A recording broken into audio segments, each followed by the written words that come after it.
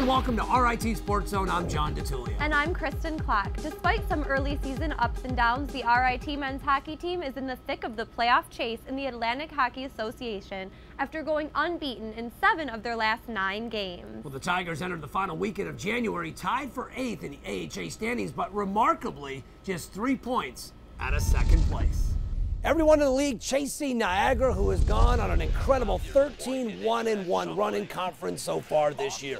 17th ranked Purple Eagles visiting RIT for the first and only time this year. We pick it up in the 3rd. Tigers on the power play. Mike Kolovecki with the blast that finds its way through. RIT ties the game at 2, but Niagara answers right back on a 2-on-1 break. Dan Kalenda to Ryan Rashid for a second of the night. The Purple Eagles grab a 3-2 lead. It's the 2nd goal of the night for Rashid, and Niagara takes the lead back. Late 3rd now, Tigers still trailing. Brad Shumway with the wrister to beat Carson Chubak. Shumway's first collegiate goal tied the game at 3 and sent us to overtime. Now, RIT had their chances in the extra session, but could not capitalize. Jeff Smith robbed by Chubak. RIT and Niagara skate to a 3-all tie. With more, here's Sports Zone's Lauren McShane. In a tough conference game, RIT faced #1 team Niagara. Despite being down for most of the game, they managed to tie it late in the 3rd. One of the rare times Niagara fell asleep, but no! There's the goal! We are tied at 3! And what a time for Brad Shumway to come up with his first collegiate goal! Now, do you see tying as a sort of disappointment? Not really. I mean, we always want to win the games, but I mean, like, especially in this league where everyone's so close, you know, every point matters. So, you know, we'll take any points we can get, that's for sure. You know, I think particularly when you're the team that tied the game, I think there's a little bit different feeling than if they were to tie us. So I think you ended a little bit more positive when you tie someone. Tonight, no, because we were down 3-2 with the last couple minutes left, and we were able to tie it, so I think we have a better feeling about getting the tie. But then again, we missed some opportunities that just didn't work out our way, so we know that we can be better tomorrow night. Now, what is it about Niagara that makes them such a tough team to beat? Well, you know, they've got good goaltending. Their defense are big and strong and move the puck, and they've got some very dynamic forwards. So I think all those things make them a good team, and you know, they've only got 1 loss in league play, so they're there for a reason, and we certainly respect that, but we think we're right on par with them, and we look forward for tomorrow's challenge. Well, first of all, their goalie's a really good player, and he's tough to score against. That's one. And then they work the puck really well down low, so they control the puck really well and get shots. But overall, you know, we match pretty well against them, I think. You know, it's always going to be back and forth, and, you know, sometimes you win, sometimes you lose. So. With Niagara's goalie being so good, how tough is it to know that you can't really let any goals slip by? I mean, it's tough in general against this team. They're a really good team. They have good offense, good defense, and good goaltending. They're pretty much the total package right now, and there's a reason why they're so high up in the standings. But their goalie, he's beatable, but I know on the other end that I need to stay there and do my job and control the game. What do you think the team will take away from this game? That we just have to work extremely hard. You know, we worked hard tonight, but it was only good enough for a tie, and the previous game that we played them was only good enough for a tie. They've only been beat once in the league, so we need to work twice as hard as we did tonight to get the win. I think that we left a little bit out there. I mean, we definitely battled hard. It was nice to have a little bit of a comeback. Shows that the boys were resilient, but we'll be ready to go for tomorrow, and a little more energy and taking advantage of some of our situations, and we'll put the puck in the net and win. Niagara beat the Tigers 6-4 the following night, so RIT remains in 8th place in the conference standings, tied with Connecticut. Speaking of the Huskies, our next live broadcast of men's hockey comes up February 1st and 2nd when the Tigers host UConn at Ritter Arena, followed by a pair of games with rival Air Force on the 22nd and 23rd. All Sports Zone live games can be seen on Time Warner Cable Sports Channel, and a complete TV schedule can be found at ritsc.com.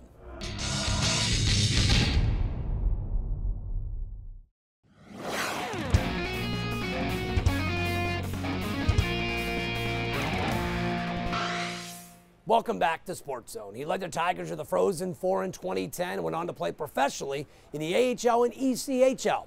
After hanging up the skates, he returned to the Brick City and helped guide the Lady Tigers to the program's first national championship last March. And now, as Kristen Clark reports, Jared DeMichael is in the process of helping build a brand new Division III program right across town.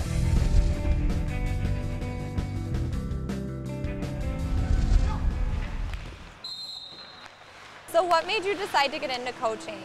Well, actually at RIT I had a pretty good experience there with the coaches, Coach Wilson, Coach Hills, Coach Insulaco, Coach Germain, as well as Coach Chris Line, who was there my sophomore year. I had a really good experience with them and learned a lot, and saw the positive influence that they had on us as a team and me personally. And I felt that if I had the opportunity to get into coaching, that I'd have the same type of input on potential young athletes, and kind of wanted to get involved in it from there. So how have your experiences with RIT, going to the Frozen Four and then in the ECHL, helped you as a coach now? It definitely helped immensely. I mean, a lot of the things that we did at RIT are comparable to what I do here at Nazareth. At the same time, a lot of the drills that I did, whether it be at the NHL training camps or the AHL team or ECHL teams, did a lot of different drills there, skill development things that I can pass on here, whether it be to the forwards or the defensemen.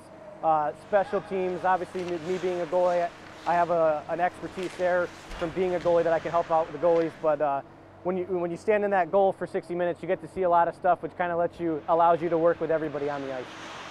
So how did you come to get the Naz job? I was actually playing pro last year in September, November, and in late October I kind of started to bounce around. And in the summer, I contacted the RIT coaches saying that I was interested in getting the coaches if I was going to be a suitcase in pro. I kind of knew the writing on the wall that it was going to be a tough year for me. After one of the places that I got released from, Coach Wilson let me know that Coach Roll was starting a program at Nazareth, said it might be a nice place to break in, and met with Coach Roll and saw the program that they were building, and I wanted to be a part of it. And then after that, Coach McDonald contacted me and knew that the team wasn't going to start until this year. So last season, I was able to recruit, get kids on campus at Nazareth. Then around 2 or 3 o'clock, I'd head over to RIT, help with the women's practice, go over film with the girls, and then I tried to make as many of the girls' games as possible last year. What do you like about coaching?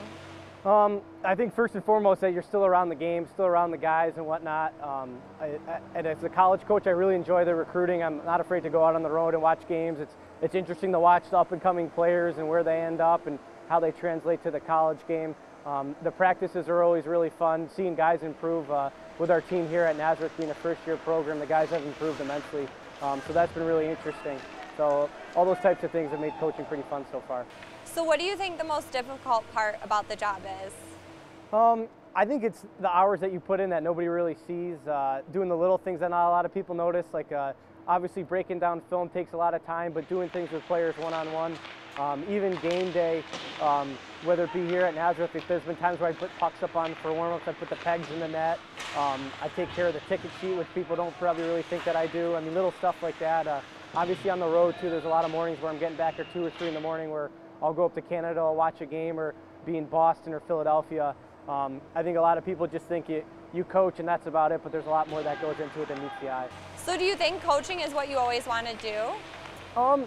Growing up, I don't think I thought about being a coach, but then around my sophomore, junior year at RIT, going into my senior year, I definitely thought it was something that I could do. I saw the hours that our coaches put in at RIT, and I knew all the hard work that they put in, and I knew if I want to be a successful coach, I have to put in those same type of hours, and I'm not really afraid to do that. As a player, I put in a lot of extra time, and I know as a coach to be successful, you have to put in that extra time. So it's not something that I dreamed of, but right now I'm completely happy doing this, and I can't think about doing anything else besides being a coach.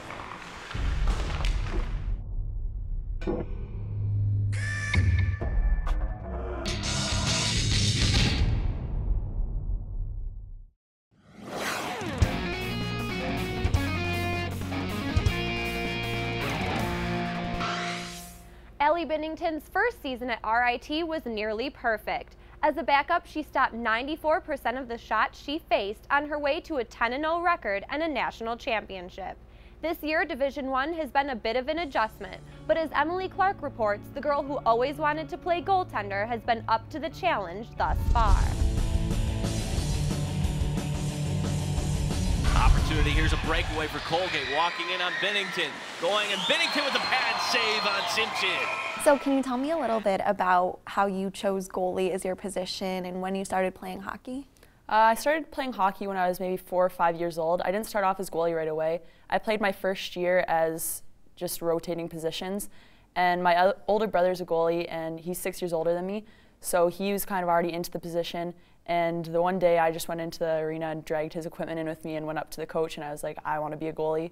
for the rest of this year, so he let me. My mom wasn't too happy about it, but having 2 goalies in the family, so that's kind of how I got into it. And just when I was younger, growing up with 2 older brothers, they were constantly strapping equipment on me and just kind of firing pucks at me in the basement, so kind of got into it that way. I was always around the rink. My brother went to Northeastern, and that kind of set off my desire to come play collegiate hockey down in the States.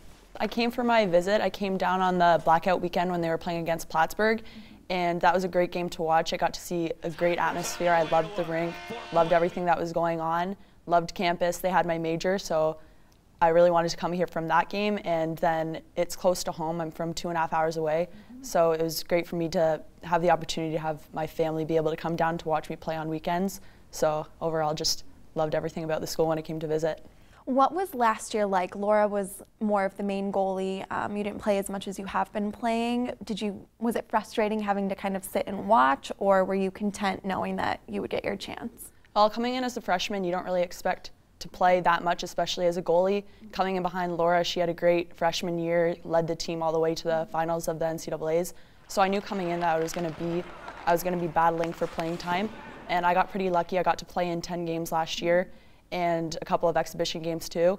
So I knew that I'd get my shot and get to kind of prove myself, and kind of just waited for that opportunity. Do you feel like there's competition between you two, or is it more just for the sake of the team? I think there's definitely competition between us as goalies. There always is between goaltenders. You're fighting for minutes, but we kind of build off of each other's success. If one goalie's playing well, the other kind of picks up their game, and vice versa. So I think it's really good. We're both pushing each other. How reassuring is it to know that you have Laura and you have Allie, and you're at the D1 level, comfortable with 2 goalies?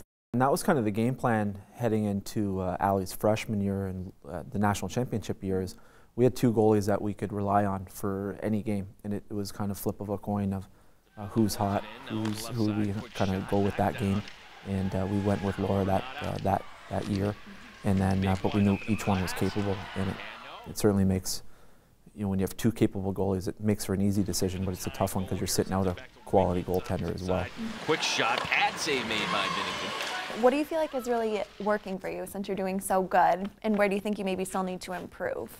I think I'm still trying to improve the mental aspect of the game and kind of preparation, because I think I, along with all the other girls on our team, we all have the physical set of skills to be here, and we're all here for a reason. But the mental aspect of it, I think, is the most important part, and that's what I need to develop. It's being able to recover after getting a goal scored on you. Like, the girls are so talented, you're going to get scored on in games. And I think for me, that's the biggest part that I need to improve, is being able to kind of recover from that and stay focused and be able to play a full 60 minutes every night. What do you think the pressure is like for a D1 goalie, and how is it different from when they were at the D3 level? I think there's a lot more pressure. You have better shooters coming at you. They're facing a lot more shots now than what they're used to. But to be honest, I think they actually enjoy getting more shots. So it's a different kind of pressure where you're forced to be in the game right away, and if you're not mentally there, then you get exposed really quick, and there's no hiding mistakes when it's a goalie mistake. I always replay those moments in my head, even like the night after a game, I'll be thinking about it all the time. And during the game, you just have to kind of put that behind you and kind of just keep going, focusing on what's going to happen and the future shots to come, rather than dwelling on the last goal. It's over with. Like we say, find it, fix it, forget it. You just got to put it out of your mind and continue on with the game. Do you feel like you've really been forced to step up, like the team is relying on you in a new way versus before? I feel like they are relying on me a little bit more because these games are so much closer, especially in Division I. The games are 1-goal games, and you have to be on your game for the full 60 minutes. So I think they rely on like the goaltenders to make those initial saves and make those big saves to keep the games close, so that we can try to win as many games as possible. 16 saves today for Allie Binnington, and the RIT Tigers get the win.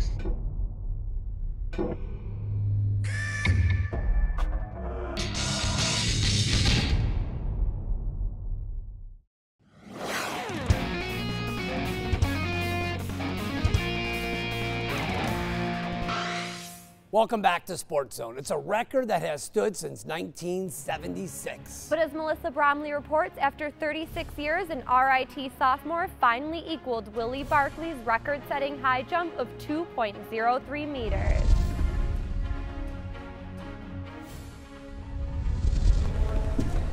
Nice! When did you first start high jumping? I started track in general and high jump my junior year of high school. I started out as a shot putter, and then I found out I was much better at high jump, so I just sort of focused more of my attention towards that. You guys make high jump look so easy. What do you find is really difficult about it? I feel like the most difficult part for me was just learning like the arc, the timing of it. Like you have to be very patient in the air, but everything happens in like milliseconds, so it's all about muscle memory and just sort of keeping practicing, you know? I think that pinpointing a hardest part of the high jump, being as that it is such a complex activity, it would probably be, you know, the athlete's body awareness, an athlete being able to say during the process, this is what, you know, I did wrong. I felt that, you know, my legs were too long or something along those lines. Would you say that high jump is kind of more mentally demanding, or is it all about the technique? Yeah, I usually get pretty nervous. I try to clear it out all before I jump, and like before when I'm warming up, I'm like a lot of stuff's going through my head, but when I come up to the apron, it's sort of like try to clear everything out. I would say that it's definitely mentally demanding, especially because in high jump you always fail. Like you never just like get your best and then stop. Like you have to keep getting higher and higher until you fail 3 times. He's very calm under pressure, very focused, very compartmentalized in his life as well as, you know, in his athletic career. He's stayed humble throughout the whole process, so that's actually been something really positive for me to see in this day and age of, you know, all of the me athletes that you see on TV. It's just very special to see someone of his age demographic be so humble about doing this. Nice! Very good. And he didn't penetrate a lot because he actually drove and created space. That's very good. What was it like tying this 36-year-long record? It was sort of bittersweet. Obviously, I'm ecstatic about, you know, tying such an old record, but just being 1 centimeter away from actually breaking it is sort of, you know.